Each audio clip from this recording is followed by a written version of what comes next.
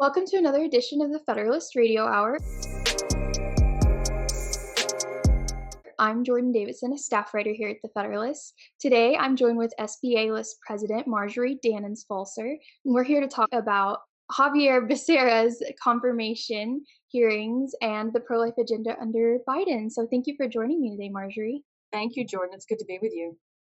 So just starting off, we've seen a couple of days now of Senate confirmation hearings with Xavier Becerra and lots of questions surrounding his position on abortion and specifically his history on abortion. So just give us a little bit of information about kind of his track record against the pro-life community. Yeah, we had a real close-up view of him because he was in the Congress for quite some time. So we saw what his performance was there. And then we watched his performance out as AG of California. Both are the banners of committed abortion activists. So, which I'll be very happy to explain. But I do think it's worth saying, like many senators did yesterday, that we're in the middle of something that I've not dealt with in my lifetime. Jordan, you haven't in your lifetime. Even our aging parents have not dealt with, and that is this COVID crisis on every single level, having to deal with that. And who do we need as an Hhs Secretary? We need somebody who is a doctor, a scientist, someone who, we all know it when we see them, somebody who is a leader in the moment of a pandemic. What we really don't need is somebody who is a first order abortion activist at the head of Hhs. And he has been picked to be the Hhs nominee because he in fact is that. It's a nod to the abortion left that helped get this president elected, despite his own self-acclaimed pro-life roots that he set aside in order to win the nomination. But that's who we have as this nominee. And there are several that we could go after that really matter. But for the pro-life movement, he is priority number one in terms of defeating in his role at Hhs. So if you're interested, I can talk a little bit more about what we saw in terms of his activity as a member of Congress. And one thing that I think that the president and his allies in the Senate have promoted Becerra as being is sort of a moderate, kind of a line worker in the Democratic Party, a good and loyal subject, not necessarily a leader. That is absolutely wrong. In fact, the sort of insidious nature of his leadership is that in some ways he has, yes, been a little bit below the radar. That's why a lot of people haven't. But he is effective what he does. He is an excellent and effective pro-abortion advocate, which is of course not what we want. So whenever he was called on, anyone was called on or looking for volunteers to do the dirty work of pro-abortion activism in the House, he was always there, ready to go. And that is certainly the case there. He voted for the partial birth abortion ban when he was asked about it, and as he continues to be, he backs it up. He has never backed down. Same on when a baby is born alive accidentally during an abortion. Do you believe they should have any life-saving treatment? Any sense that this would be the second patient in a moment along with a woman, and every single time it's the same. She signed up for abortion, she will have a dead baby at the end. That is the guarantee of an abortion. And no matter what, you will have that in the end. So that's who he is. And Jordan, I think it's, I'd love to talk about his behavior, his so-called leadership in California, but I think some people listening might think, how could anybody ever think like that? How is that you couldn't even say, is there anything the Democrats can give us? Even partial birth, even born alive. And he truly sees this, despite all evidence to the contrary, as that movement does, as abortion is the equivalent of an appendectomy, just the same as having a hysterectomy, the same as having any other ectomy that you can think of, except in this sense, in this occasion, of course, it's how we all came into this world as a baby. So that was his Congress. And in California, he really ramped that up. I think he knew he was entering the national stage, and he picked up the gauntlet from Kamala Harris by really going after pro-life advocates who were running pregnancy centers, trying to force them to advocate and advertise for abortion in their pro-life pregnancy care centers. Such an abominable offense to conscience and such an arrogant way of looking at how people differ on this abortion issue. He failed after this case went all the way to the Supreme Court. Uh, thank goodness. But as the Attorney General, he went after citizen journalists who were seeking to expose Planned Parenthood's harvesting of baby body parts for experimentation. He did that, and instead of actually going after as AG the people who were violating the law when it came to the harvesting of baby body parts, he went after the people exposing it. In every sense, he is a man opposed to conscience in this particular area of sensitive and important and national, and in a moment where the national level of consciousness about pro-life and conscience is really reached an all-time high. He simply doesn't believe it. Sure. And so, seeing his track record in the legislative body as Attorney General in California, how do you think his actions and his behaviors reconcile with Biden's supposed commitment to unity and reuniting Republicans and Democrats in a bipartisan front of the administration? In past presidencies under Clinton and Obama, at the very beginning of the Obama administration, there was very similar talk about unity. Because the bruising debates over abortion and conscience issues in the church, they sensed that they undermined their voter base, and they didn't want to be people who were perceived like that, and they really at the moment of becoming president felt that burden of responsibility to bring people together. I mean, that's legit. But what has never happened, and is absolutely, this is the worst case scenario under this formerly pro-life president. He's moving in the exact opposite direction of unity. And in previous presidencies, honestly, they've gotten away with it, and that's to the shame of the pro-life movement, frankly, and to the great chagrin of pro-life people in general. This time, the pro-life movement is much stronger. This time, every single act is far more visible than it was in previous administrations. Even when we've lost the House and the Senate and the presidency, our power is much more palpable and visceral in the country, and certainly in the House and the Senate. So he can only get away with this, and Kamala Harris as well, if we say nothing. And so I'm really grateful, Jordan, that you are helping to expose this, and in other places where we still get to speak, we'll absolutely continue to do that. Sure. And I think we saw and we've seen some of this pushback, especially this week, as he's sort of been on the front page for his confirmation hearings. Over 60 pro life leaders kind of pushed back on him and said, "We just can't believe that someone with this track record is so blatantly praised and promoted by this Democrat agenda." And tell me a little bit more about how pro life communities can push back and kind of show their disdain for this kind of behavior by the administration. Well, I think that letter that we wrote and came together with the pro-life community in the country to sign and deliver to the Senate, I think is a macro of what should be happening on the local level, on the state level, in every single state. Every single state has 2 senators that will either vote for or against this nominee. That it will be important in this case. It will also be important in all the other abortion-related issues that come up in this Congress.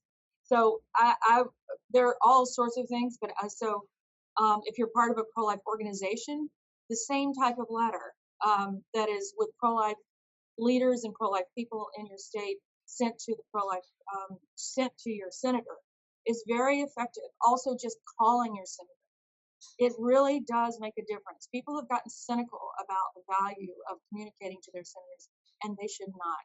We're here in DC all the time and see the effects of those grassroots communications. I met with the whole slew of pro-life new congresswomen yesterday. There's an enormous now class of pro-life congresswomen, and they all talked about being on the other end of grassroots activism and how it affects them and how they lead. So but you also can go through our website. We always have a really quick and easy way to communicate with your senator or congressman through our website. Sure. And what kind of implications do you think nominating people who are specifically advocating for abortion, kind of against women, against babies being born. What do you think those implications have on this kind of culture war that we're seeing the left try and engage and kind of push on conservatives in the rest of the country? We're seeing it with the Equality Act that's come up this week. We're seeing it with a lot more pro-abortion stuff. Obviously, Biden's issued a lot of executive orders related to abortions, even allowing taxpayers to pay for abortions in other countries. What are your thoughts on how conservatives are engaging in the culture war through those means? Well, yeah, I think it's a great question, and it applies to conservatives, independents, Democrats too. This is not just an isolated group that this president and this Senate and this House is offending. It's offending Democrats, independents, conservatives, Republicans, people who are religious and not religious across the board.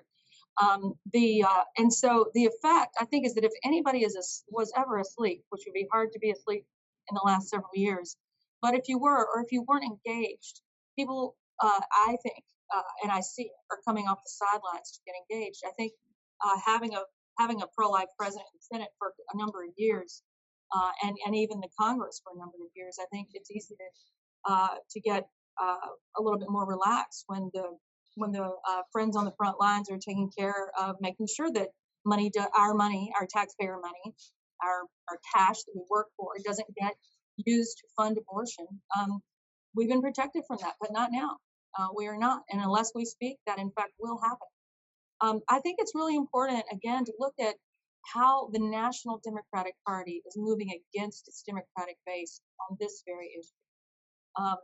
Not necessarily in every state unilaterally, but most states, including purple states, the Democrats reject using their money for abortions by a third at a minimum in almost every poll that there is. They reject the idea. Pro-choice people reject the idea that their money would be used for abortions, especially in a moment that we're experiencing now, where people are looking for support through coronavirus financing legislation. And 70% of people, I'm just going to look at my notes here, over 70% of people and 55% of Democrats oppose using our money to fund abortions overseas. So not only is it, infecting and violating the conscience of people in our country, but it's undermining our relationships with nations who don't agree with abortion on demand. It's a terrible diplomatic move, and it is caused the death of babies in other countries as well. So I think so when there's that lack of alignment between the unity and moderation that they speak of on the national level and actually how they're acting, that's where there's a wedge that gets driven in between them and the base. And that is how I think as long as we make sure that everybody knows what's happening, then that really affects elections and policy and lives saved or not in the future. So, do you think, the Democrats have the House, they have the Senate, they have the executive. Do you think there's any hope that there'll be any pro-life measures taken in the next 2-4 years? Or is that going to have to happen on local and state levels? Like we saw in South Dakota, Governor Kristi Noem issuing a proclamation against aborting Down syndrome babies. Is that more what we're looking at in the next 2 to 4 years? Or do you think there's any hope that something could happen on a national or congressional level? The real aggressive lawmaking that is going on is absolutely in the states. Over 900 laws passed in the last several years. It's a lot of legislation. Most of it will get enjoined. It will not be allowed to go into effect. A lot of the legislation now, especially, is gravitating around the abortion of children with disabilities. And so Down syndrome bill, she actually signed into law that bill. And there are several other of the identical pieces of legislation around the country. Same for late term, 20-week abortions, 5 weeks and over. So those aren't everything that we want, but what they are they are very strong tests of Roe versus Wade, and it's extinguishing the voices of the people of the country in terms of getting their will passed into law in their states. So yes, aggressive and good legislation moving up through the court system. We believe that tests Roe may start to pull the threads out of Roe, unwind it, overturn it, assign it to the ash heap of history. That is the hope, and that is a lot of our work. On the federal level, it is all defense. We're defending against awful stuff like the Equality Act that makes abortion a matter of equal rights, of course, which it is not, against funding in the coronavirus bill through every conceivable place that you could find. They stick the abortion funding in.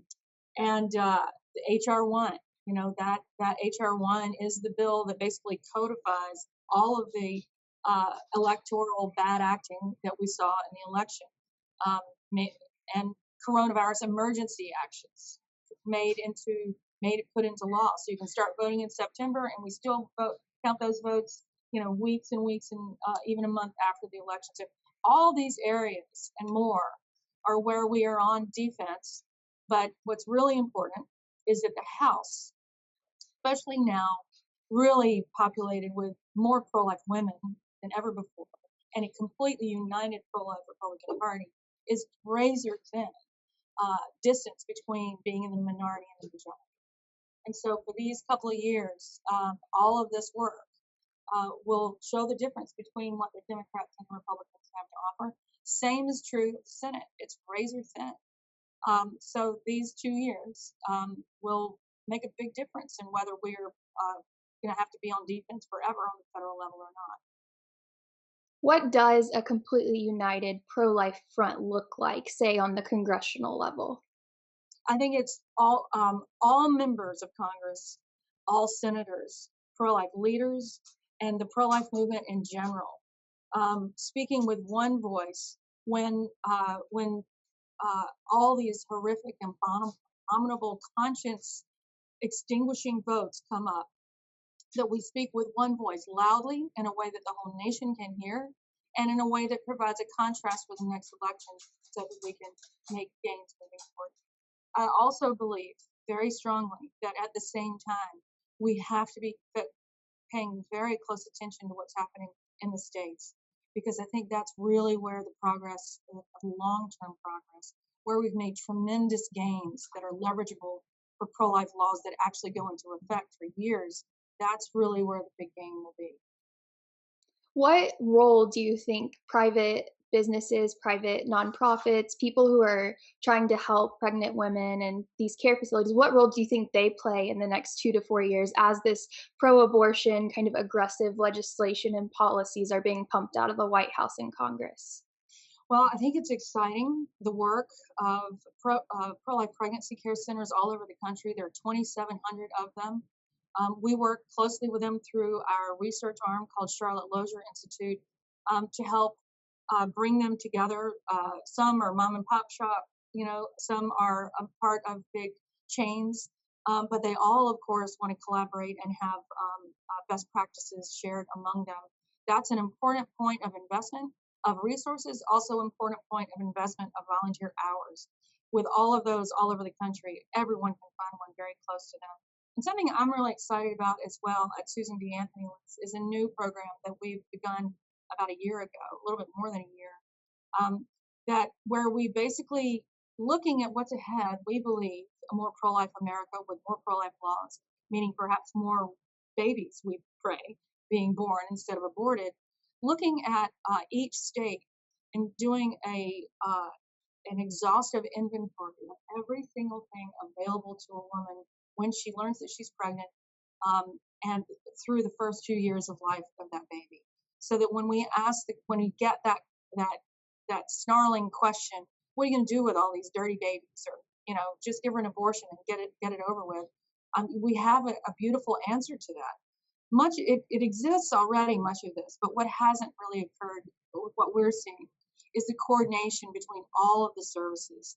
Certainly pregnancy care centers, but then also educational needs and material and physical and nutritional needs of mom and baby, plus a lot of mental health care needs that often can go unmet in a situation like that, and really weaving them all together in a network of that is impossible to miss if you're that woman. We just have in the middle of what we believe is a beautiful template in Georgia, looking for the gaps, filling them in, and then we'll recreate that in 30 states within 4 years is our goal. So that also, in answer to your question, means that pregnancy centers definitely need the voluntary support, but also churches need the same, who have ministries to women in need. And I believe when they're all connected in this beautiful tapestry, will be a compelling answer to a woman who's facing that question. So you talked about this a little earlier, but where exactly is the pro-life movement at? Has it been gaining traction, especially now in a time of kind of governmental adversity, or is it losing traction? What's the national outlook for people who see, protecting unborn babies' lives as one of their top, if not their top issue on the ballot? Well, it's exciting. It's a really exciting moment right now, and it would be really easy to not understand what I'm talking about. It'd be really easy to get what I think is distracted by the temporary battles that we have that are vitally important, that have to be fought, especially on the federal level right now, and not see the growing success that is occurring in the pro-life movement across the country.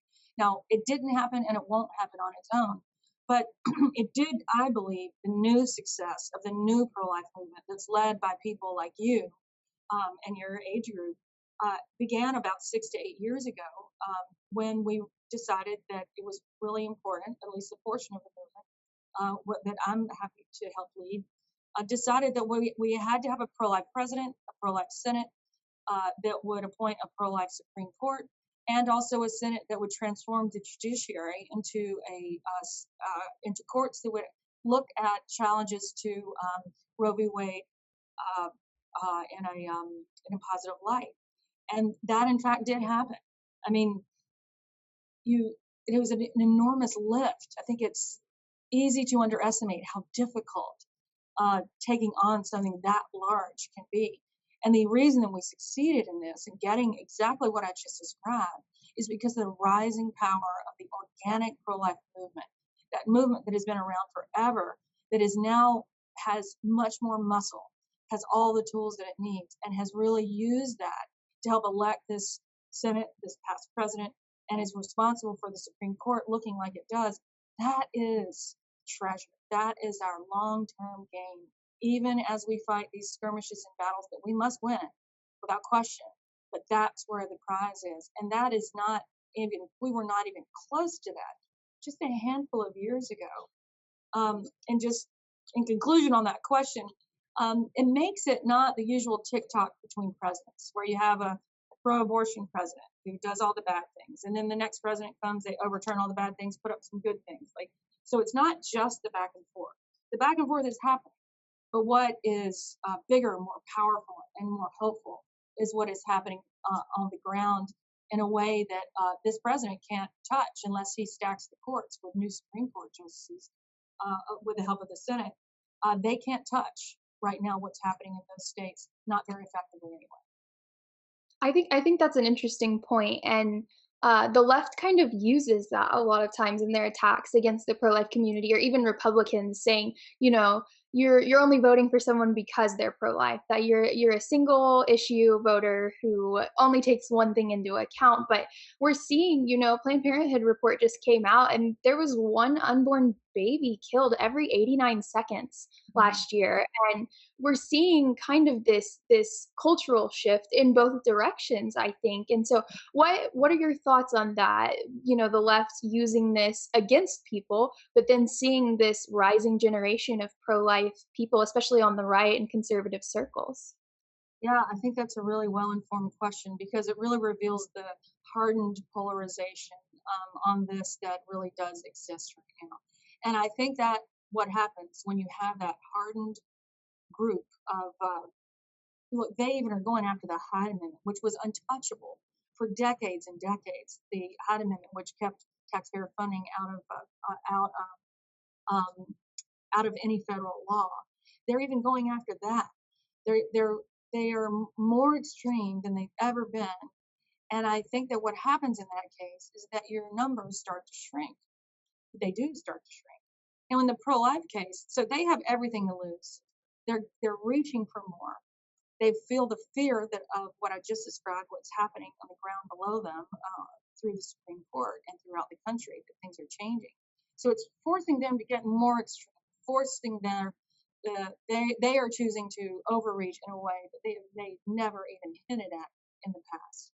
And as they overreach, they expose themselves. As they overreach, the insistence that every Democratic candidate across the country subscribe to this extremism, whether it resonates with their people or not, means that there's a train wreck coming in the Democratic Party. And now I don't know the moment that that's going to hit, but it is happening.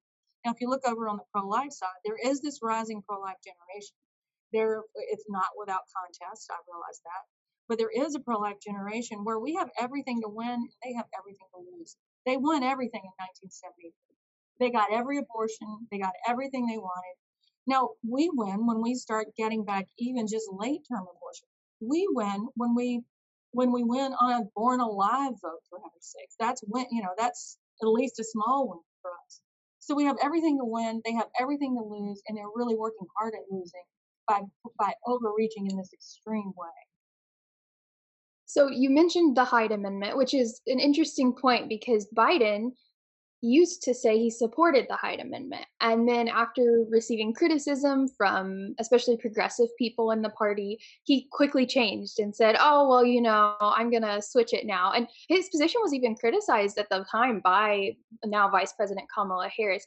Who do you think is the driving force of this pro-abortion agenda? Who is the one who's swaying behind the scenes? What ideology is driving the killing of babies? Mm-hmm. Well, there used to be great diversity in the Democratic Party long ago. Even when I worked on the Hill, I actually worked for a pro-life Democrat and tried to bring together pro-life Democrats and Republicans to come together on every vote. Those days are long past, and Obama made sure that happened. So that truly, I hate the word progressive, but they make us say it. That truly progressive extremist wing of the Democratic Party gained ascendancy, and now they are ensconced completely. And so there's no way that Biden could have ever gotten this nomination unless he did exactly what you just described, abandoned his formerly conscience-oriented position as a Catholic, that he wouldn't force people to pay for abortions, defying their conscience and purportedly even his own, right? So it has been established by the party and by the leaders of the party, and a very willing Biden to toe that line, with Kamala Harris not far behind, who is the new piece of this movement, who are dedicated to entrenching this.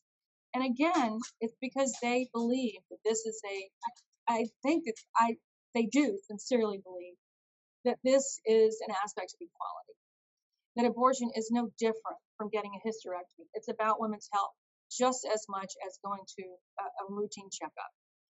And therefore, and if they were right, I mean, I was very what I called pro-choice a long time ago. If I had been right, then we have the most ridiculous movement you've ever heard of.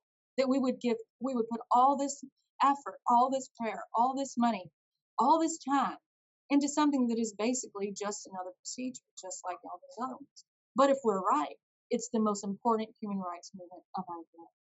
And I think that what people see, the reason that we're growing, and the reason that the Democrats are on a train wreck right now, is that authenticity resonates in real life.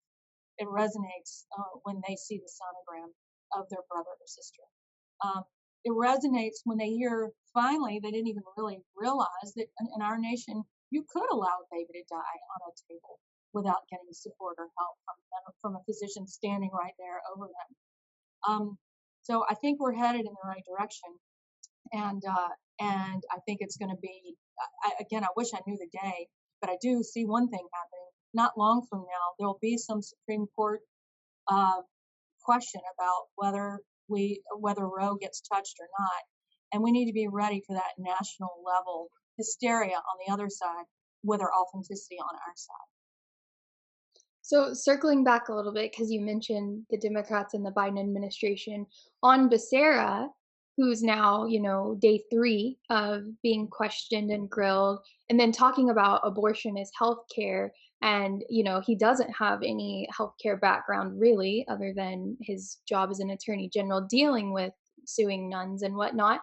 What should Republicans what should Republicans do? I mean, the obvious answer would be vote against him, but do you think they will? I believe that, there are a couple that are on the line. We want to make sure that Collins and Murkowski, who are always, used to be the leader of they used to be basically the leader of the Senate because whatever those two did, that was the way of legislation. Now the leader of the Senate in this regard is Joe Manchin, who is a self-described and I believe sincere pro-life person, even though I've disagreed and he was wrong on a few votes. I believe he is sincerely that person and he wants to be. So I think that it's very likely that we could get all the Republicans on this particular vote, but we would also need one Democrat, and I think that he could be that person. Um, and I think that the more the hearings are going quite well. Do senators listen to the hearings? Somewhat. They listen more to their constituents. And so, as he becomes more and more damaged goods because of conscience and life objections, and if they see that they don't have the votes, then he'll be withdrawn. He won't be put up for the vote, and then maybe they'll have a doctor. Is there any guarantee that it'll be better? I don't know, but they'll have received the message that an abortion advocate, rather than a person who has a medical background, is not an appropriate, will be in a more appropriate HHS directive. Sure. Gonna switch gears a little bit over to you talked a little bit about the Supreme Court, and we saw a lot of attacks from Democrats from the corporate media on Amy Coney Barrett for her private stance on life, not even one that was really professed throughout her profession, but just her private stance on it. What do you think is important for conservatives and maybe Republican politicians to remember when they're facing these attacks from the corporate media on their pro-life stance? Mhm. Well, if you're a candidate, if you're running for office, or if you're in public office, the worst thing you can possibly do is go on defense. The only thing that you can do that will save you is to communicate the authentic position that you hold, and that is your best defense. That your best defense is a great offense in that situation. So describing exactly what they're about, describing the extremism of allowing a baby to die on an operating table, describing what a partial birth abortion is, and providing that as the contrast when you're under attack is the way to go. So we're right. We're all worried about censorship and the ability to actually communicate what our views are. Members of Congress and elected officials um, still get some coverage, and so they still get the coverage that we're fighting for them to get. But we definitely know that given the hostile media that we have now, and that on this issue they're going to ramp up that hostility. So to give them anything, to give them any sound bites is, is suicide. So yeah, I think Romney did a great job the other day, and really pressed Becerra on partial birth abortion. Didn't let him go to any other topic. He just kept going back at the partial birth abortion question over and over again, not allowing. We actually like to answer questions. We like to answer the question that somebody asked us. Sometimes the left is way better at just not being provoked, not going where we want them to go. Our guys can take a cue from the left the same way. I think that's a great point, and just considering your comments about the way the pro-life movement is going and how much the next 2 to 4 years are going to be a fight, I think it's pretty important for people to remember that this isn't just a political issue. A lot of people see this as a life or death situation, which it is. And so, moving forward, what would you say um, people who see pro-life as the biggest, like I said earlier, the biggest issue facing our nation, the biggest human rights issue facing our nation. What can they do to convince someone else of how important this is? I think one of the well, there's two pieces of this. Having been pro-choice, I described it as, um, one thing is just the basic apologetics in your day-to-day life, communicating how you see it, and it doesn't have to be perfect. The people who convinced me weren't perfect, but they planted seeds all along the way. And when I was at my most obnoxious, it was when I was assaulting their opinion most vociferously. And therefore, when somebody's doing that, don't take it as she didn't hear you or he didn't hear you. Take it as you might have planted a seed, caught a nerve, awakened that person to the importance of answering the question, what is that thing that is the target of an abortion? What is the topic of this conversation? Why have we been marching for decades on our knees, giving money, volunteering? Why have we been doing this? It's not because it's about an appendectomy. It's about every baby who has a mother that comprises 2 patients and every pregnant or 2 people that need to be treated. So I think that also I think there's and so the other piece of this I think is really important is to talk about how this the reality of this, which is this is the most important human rights issue of our time. There have been other most important human rights issues of other times, and the comparison of those I think is really important, with some care, of course, to how we describe it. But in every other human rights moment that we experienced, there were certain pieces that came to light. One is the humanity of the victim, and a realization that that human being was a victim. We also overcame utilitarian arguments like, well, what will we do if we save those people? What will we do if we answer your claim that we need to care for the human rights of that person? It'll upset our politics. It'll upset our economy. Think of child labor laws, where people were dependent on the children working 12-hour days. To allow them their own human rights as children meant that there was a lot of upsetting of the economy, and people had to reorganize their lives according to human rights standards, rather than an organization of their lives that was undermining human rights standards. And so I think just thinking of it like that, first you got to believe it's a person, or it's a tough one, right? But second, seeing this as for what it is, as the most beautiful, generous, loving movement in modern life, will be exhibited by how we engage and how we treat each other. Well, thank you so much for joining the Federalist Radio Hour today, Marjorie. Really appreciate it. Where can people find your work? Just go online and Google Susan B. Anthony list. Everything will pop right up. We have political, we got legislative and cultural, and those blended all together in our work, and we invite you to be a part of all of it. Thank you for it. It's fun.